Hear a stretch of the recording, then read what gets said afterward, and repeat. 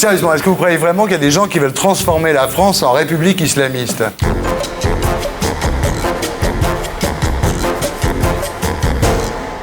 Bonsoir, alors Bonsoir. Lequel est Christophe Deloire?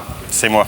Lequel est Christophe Dubois? C'est l'autre évidemment. Alors Deloire, vous bossez au Point, oui. Vous êtes lauréat du prix Louis Hachette 2003, et vous Dubois, vous bossez au Parisien. Absolument. Alors ensemble, vous avez fait un premier bouquin qui s'appelle L'enquête sabotée, chez Albin Michel, consacré à Colonna, à l'histoire de Colonna. Et aujourd'hui, vous publiez chez Albin Michel un livre qui s'appelle « Les islamistes sont déjà là ». Vous êtes sûr que ce sont des islamistes, c'est pas seulement des mecs qui aiment pas se raser, vous avez... Non. Alors, les islamistes, commençons vraiment par lever l'ambiguïté. On parle uniquement des gens qui veulent changer la société, qui mélangent la politique et la religion, qui ne veulent pas faire un État islamique en France, parce que c'est pas concevable aujourd'hui, il faut pas fantasmer là-dessus, mais qui veulent au moins, dans certains quartiers, instaurer la charia de la minorité, et qui veulent ainsi changer la société et faire, en gros, deux sociétés, la société française, et puis une autre société avec les tribunaux islamiques, des lois islamiques, où la loi d'Allah prime sur la loi de la République. D'accord. Alors, on va voir ce qu'il y a dans votre bouquin. Vous dites que vos sources, c'est souvent les renseignements généraux, plus exactement des documents ultra secrets qui sont gardés sous le coude dans les bureaux des ministres. Mais pourquoi les renseignements généraux vous donnent les renseignements à vous? Alors, ce sont des documents que les journalistes n'ont pas d'habitude. Oui, c'est pour ça. Donc, pourquoi ils vous les donnent à vous? Nous les avons récupérés. Vous les avez volés? Comment? On les a volés, voilà, pourquoi pas. Non, on les a récupérés. Et pour nous, c'était important que ces documents soient mis pour la première fois sur la place publique, parce que ça permet de voir que depuis 10-15 ans, l'État est tout à fait au courant de la situation, notamment dans les quartiers difficiles où les islamistes occupent le terrain que l'État n'occupe plus aujourd'hui. Et donc, il était important que ces documents soient mis enfin, pour une fois, sur la place publique. Alors, pourquoi, évidemment, le gouvernement, les gouvernements successifs n'en ont jamais vraiment tenu compte? Parce qu'effectivement, ça fait un petit peu peur. Oui. Si les gouvernements ont gardé ça sous le coude jusqu'à maintenant, pourquoi? C'est pour préserver la paix sociale, pour pas envenimer les choses? Il est évident que ça a arrangé les hommes politiques d'avoir ces islamistes qui faisaient le travail que l'État ne fait plus depuis 10-15 ans. C'est une manière d'acheter la paix sociale. Et en dehors des documents qu'on a récupérés, il y a effectivement beaucoup de rencontres. C'est 2 ans de travail, c'est des hommes politiques qu'on a rencontrés, des experts, y compris des islamistes. Ouais. Alors on va rentrer dans le vif du sujet. Vous commencez par l'éducation nationale, qui est un petit peu un terrain clé pour les islamistes. Vous parlez par exemple de l'histoire des arbres de Noël qui sont contestés en Alsace. Oui, parce que dans l'éducation nationale, on a pour habitude de toujours parler du voile et seulement du voile. Or, il y a plein d'autres problèmes. Il y a des élèves qui, en Alsace, mais dans d'autres régions aussi, se sont mis à contester les sapins de Noël au motif que c'était un symbole chrétien et qui donc n'avaient pas leur place dans un lieu laïque. Remarquez, je ne veux pas les défendre, mais enfin c'est vrai. Ben non, mais enfin, sauf que si la République est laïque et si on n'a pas le droit de porter le voile, pourquoi est-ce qu'il y aurait des sapins de Noël? Autant les crèches, autant les crèches sont pour le coup parfaitement chrétiennes, autant les sapins de Noël sont parfaitement laïcisés. Il y a des élèves qui refusent d'aller au Mont-Saint-Michel en visite scolaire, au motif là aussi que c'est un lieu chrétien. Il y a, pendant la période du Ramadan, certains élèves radicaux, islamistes, font la sortie du réfectoire pour vérifier que personne n'est venu déjeuner. Ça, c'est quand même des problèmes assez graves à l'école. Oui, et puis il y a aussi les professeurs à qui de jeunes élèves musulmans interdisent de parler du Coran parce qu'ils ne sont pas musulmans, justement. Oui, et les cours, notamment les cours où on est censé parler des croisades ou de l'islam, ça crée maintenant des tensions. Donc, ça, c'est parce que c'est vu du point de vue des chrétiens, sans doute, non? Non, puisqu'on est à l'éducation nationale, donc ça n'est... Oui. Je ne veux pas les défendre, mais enfin, si on veut être vraiment laïque, c'est sûr qu'il y a des choses à changer dans l'histoire telle qu'elle est enseignée aujourd'hui.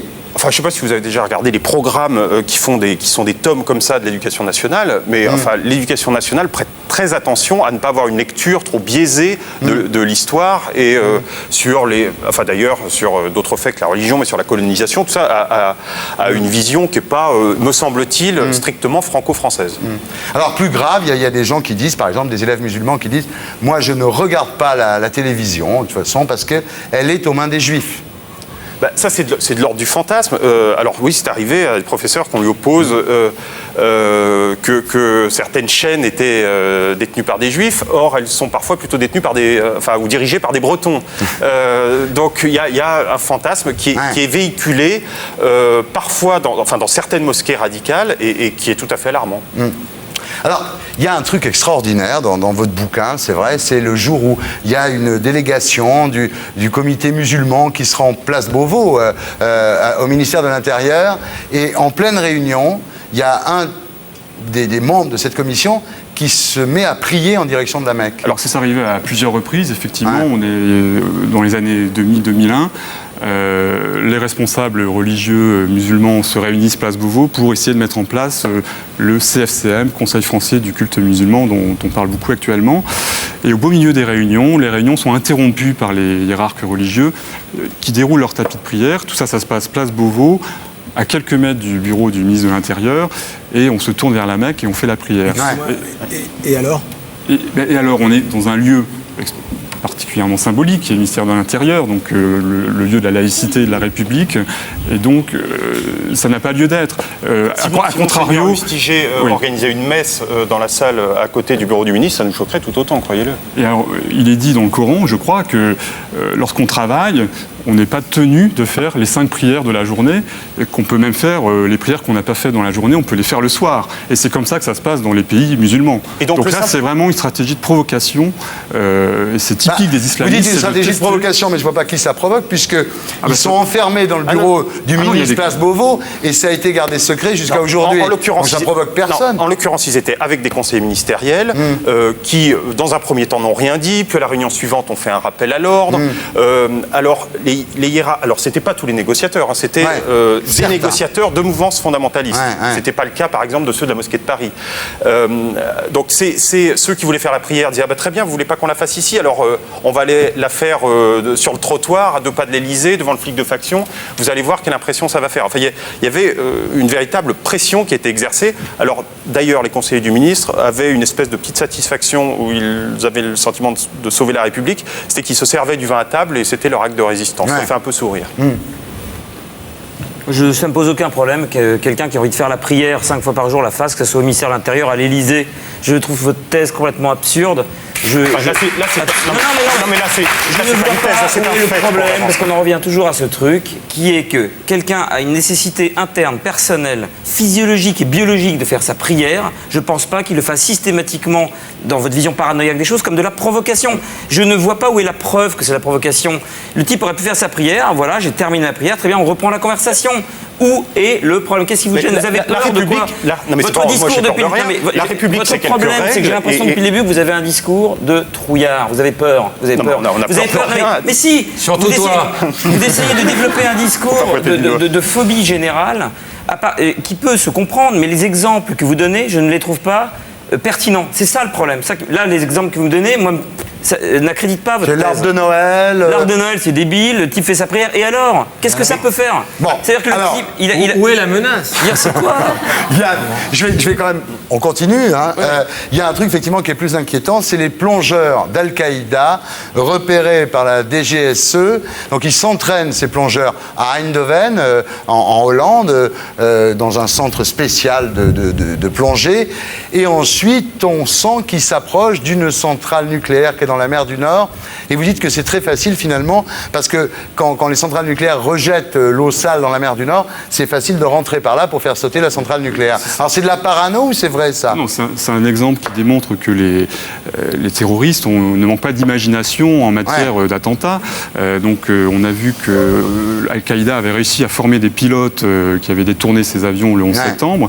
Et donc, les services secrets ont été mis en alerte, effectivement, sur des plongeurs qui s'entraînaient aux Pays-Bas et dont on pense qu'ils étaient entraînés, effectivement, pour aller poser des bombes auprès de centrales nucléaires.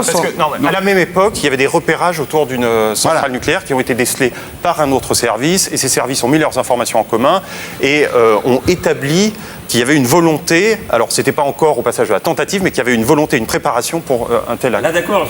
Là, oui. Là, oui. Bon. Là, ça me parle. D'accord. Non, mais ça, c'est le terrorisme. Donc, Oui, mais alors, terrorisme, le problème, c'est que dans un discours d'une émission de télévision, alors c'est peut-être pas de votre faute parce qu'on est chronométré, mais le fait que pour le public, vous amalgamiez, peut-être sans le vouloir, parce que je pense que dans un livre, vous avez le temps de développer plus subtilement les choses, vous ne pouvez pas mettre en parallèle des gens qui s'approchent d'une centrale nucléaire avec des pains d'explosifs et qui font des plans sur 5 ans pour faire tout péter, avec quelqu'un qui vient faire sa prière pour des raisons qu'il le regarde lui seul. On n'amalgame pas. On dit simplement intellectuellement. qu'il y a une offensive islamiste avec deux types de fronts. Il y a un front terroriste et puis un front de propagation idéologique. Et en gros, les prédicateurs qui, dans les mosquées, tiennent des discours qui sont ultra virulents, préparent les esprits pour de gens qui ensuite commettront des actes terroristes. Alors, il y a des révélations dans votre livre. Effectivement, on apprend que le 12 septembre, le lendemain du 11 septembre TM, le 12 septembre 2001, le lendemain, donc la femme du père d'Oussama Ben Laden est admise à l'hôpital américain de Neuilly, ce qui prouve qu'on n'est pas rancunier en tous les cas. En revanche, la mère de Ben Laden, en octobre 2001, demande à venir se reposer en France. Et là, le gouvernement français refuse sa venue. Pourquoi ? Parce qu'elle voulait venir en avion ? Non, mais... donc, Il avait réservé la tour d'argent et l'en a appelé. Il y a eu un précédent en France qui était, je ne sais pas si vous vous souvenez, dans les années 90 avec Georges Habash, qui était un terroriste palestinien, qui a été accueilli en France pour être soigné, et ça avait effectivement fait un scandale. Donc on s'est dit qu'on n'avait pas renouvelé cette expérience un petit peu malheureuse. Alors, c'est ça qu'il y a dans votre livre, si vous voulez, il y a des choses qui sont très pertinentes, des choses qu'on ne savait pas, mais ce qui est un peu bizarre, c'est l'amalgame. C'est-à-dire, comme dit Yann, vous mettez tout un peu sur le même pied. Par exemple, vous racontez des prêches de prédicateurs salafistes. Alors vous dites que, effectivement, ils prêchent pour la polygamie, ils disent que la polygamie, c'est bien. Et puis il y a des histoires, alors qui sont rigolotes comme ça, mais enfin qui sont quand même beaucoup moins graves, quand ils disent qu'on ne peut pas rentrer aux toilettes du pied gauche. C'est vrai qu'il y a des choses qui peuvent être prises de manière amusante. L'imam salafiste dit à un adepte, non, tu ne peux pas être postier, même si tu as un emploi à la poste, parce que tu risques de transporter des catalogues avec des femmes légèrement vêtues. Ou à tel autre, non, tu ne peux pas épouser telle femme parce que son frère travaille dans un café et tu risques d'être contaminé par l'alcool. Vous dites qu'il y a de plus en plus de mosquées salafistes, que c'est grave, etc. Mais le gouvernement le sait, puisqu'on en parle ici. Alors, et si le gouvernement le sait et qu'il ne fait rien, c'est que ça ne va pas être très grave, sinon il ferait quelque chose. Mais justement, il essaie de faire quelque chose, c'est-à-dire qu'il essaie de fermer ses mosquées, mais alors ce dont on se rend compte, c'est qu'une mosquée ferme, mais les fidèles qui sont avides de ce discours, eh ben, ils vont dans une autre mosquée. Donc c'est une espèce de jeu de chat et la souris. Mais ce que vous êtes en train de dire là, c'est que finalement le gouvernement français, enfin l'État français, ne contrôle pas.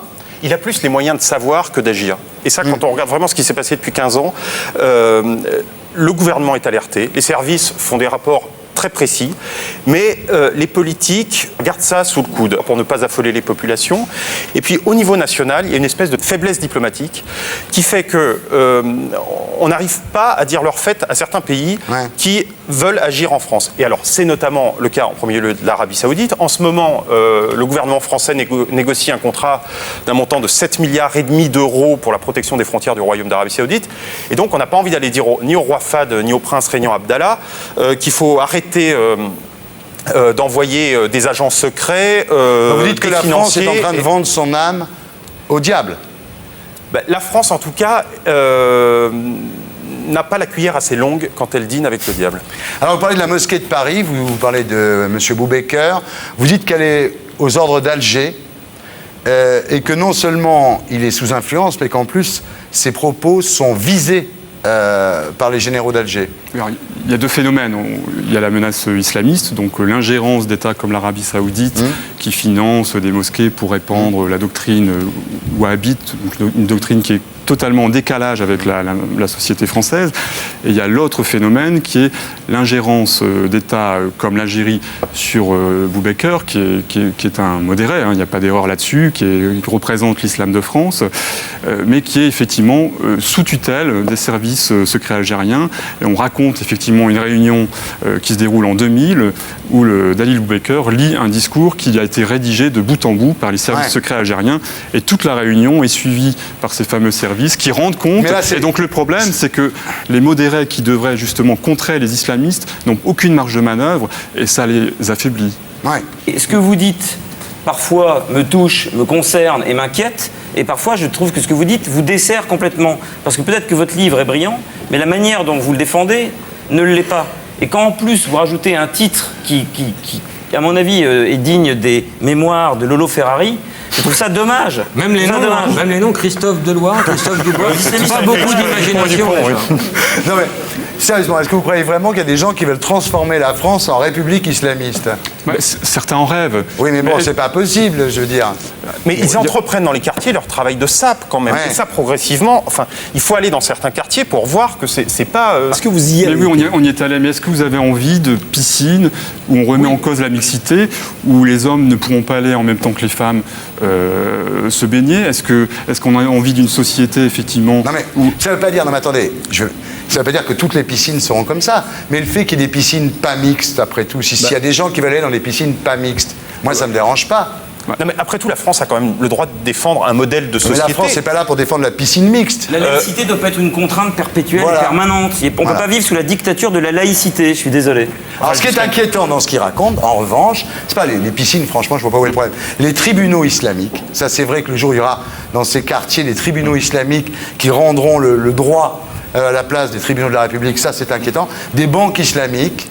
Alors là, effectivement, là c'est... On raconte comment le cheikh Kardaoui, qui influence l'UOIF, qui est représenté au Conseil français du culte musulman, qui est un prédicateur qui sévit beaucoup sur Al Jazeera, dans des congrès au Bourget, a dit aux Français qui étaient là qu'il fallait appliquer la technique du cheval de Troie. On va plus loin, on raconte, parce qu'on a un télégramme diplomatique qui établit ça de manière très précise, la rencontre entre Jean-Pierre Chevènement, qui est à l'époque ministre de l'Intérieur, et Hassan II, le roi du Maroc. Ça s'est passé au Palais Royal à Rabat. Et le roi Hassan II dit « Les gens d'origine marocaine sont les sujets du roi, je ne veux pas qu'ils s'intègrent. Et en fait, la France a péché à l'évidence par défaut d'intégration. Mais est-ce qu'il n'y a pas une petite mode, est-ce qu'il n'y a pas beaucoup de journalistes qui surfent un peu sur la vague de la phobie de l'islamisme? Parce que si on fait les comptes, nous, chaque année, on reçoit deux bouquins comme ça par mois en moyenne. Ouais.